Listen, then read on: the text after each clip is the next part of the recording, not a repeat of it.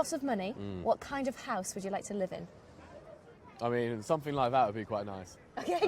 I would like a large and traditional sort of. I mean, if money was no bounds, then I'd love a sort of manor house, kind of old school 19th century building, period features, etc., etc. So why would you choose?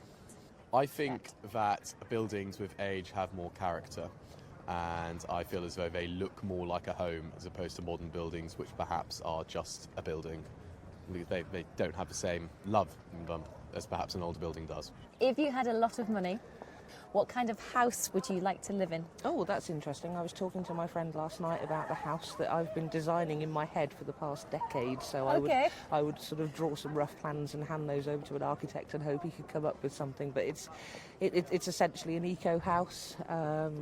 I'd rather have extra spaces outside of my house, if that makes sense, with storage and so on and so forth, so you can actually keep the living space quite tight and quite eco-friendly in terms of heating and services needed to keep the house running. Yeah.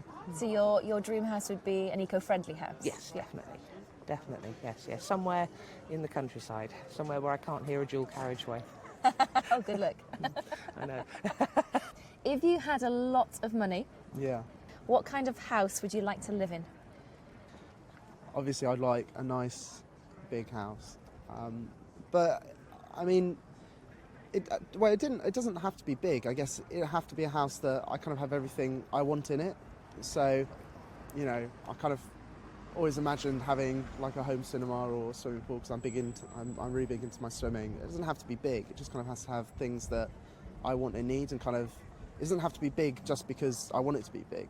If you had a lot of money, what kind of house would you like to live in? I would love to live in a house by the sea, somewhere hot, lots of open space, lots of sunlight, with big windows that completely open out, so the garden becomes the living room and the living room becomes the garden. That's the type of place I'd like to live.